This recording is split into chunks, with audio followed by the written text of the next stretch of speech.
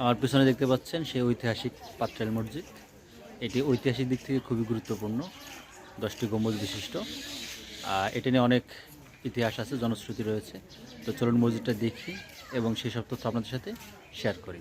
এছাড়াও এখানে আসার একটি দিঘি, সে সম্পর্কে আপনাদেরকে তথ্য শেয়ার করি। তো চলুন ঘুরে ঘুরে দেখি। আসসালামু আলাইকুম বন্ধুরা, কেমন আছেন সবাই? আশা করি ভালো আছেন। তো নতুন বছরে ভাবলাম নতুন একটা কিছু দিয়ে শুরু করি। নতুন বছরের প্রথম দিন সুন্দর একটি মসজিদের ভিডিও আপনাদের উপহার দিচ্ছি। চলুন দেখতে থাকুন। দৃষ্টিনন্দন ঐতিহাসিক পাটরাইল মসজিদ। এটি ভাঙ্গা উপজেলাধীন আজিমনগর ইউনিয়নে অবস্থিত। মসজিদটি 1393 হতে 1410 খ্রিস্টাব্দের মধ্যে গিয়াসউদ্দিন আজম শাহ নির্মাণ করেন বলে ধারণা করা হয়।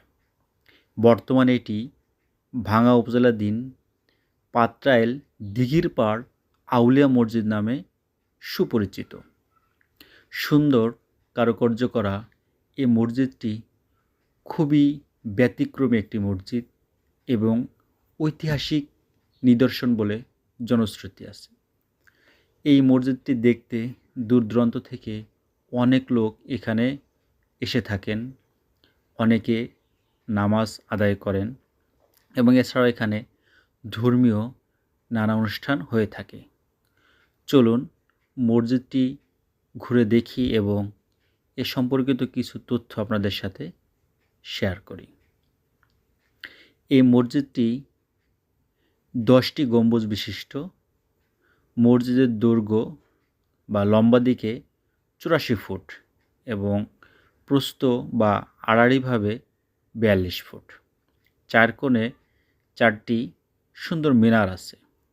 আর এর যে দেওয়ালগুলো, প্রতিটা দেওয়ালের পুরু 7 ফুট পর্যন্ত। মসজিদের ভিতরে 4টি স্তম্ভ বা থাম আছে। আর এই মসজিদে দরজা আছে মোট 9টি। মসজিদটি প্রত্নতত্ত্ব বিভাগ কর্তৃক মেরামত সংস্কার করা হয়েছে। এর ছাদে 10টি গম্বুজ। এটি সুলতানি আমলের নিদর্শনের মতো মনে হয়।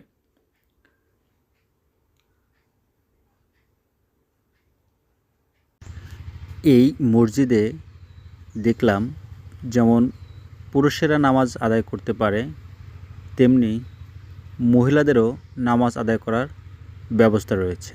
আমি দেখেছি কতিপয় মহিলাকে এই মসজিদে নামাজ আদায় করার জন্য।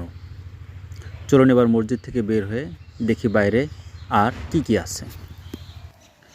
মসজিদের আঙিনায় আছে মস্তান দরবেশ নাজিমউদ্দিন দেওয়ানের মাজার। আউলিয়া খানের মাজারের দক্ষিণ পাশে আছে ফকির সলিমউদ্দিন দেওয়ানের মাজার। এই ঐতিহাসিক মসজিদের দক্ষিণ পাশেই চিরনিদ্রায় শায়িত আছেন মহান আউলিয়া মজলিস আউলিয়া খান। এই মাজারে অনেকে আসেন, মানত করেন, দেখে যান। এখানে সুন্দর করে লিখে দেওয়া আছে, সেজদা করা যাবে না। তারপরেও বিভিন্ন জায়গায় দেখেছি এই কাজটি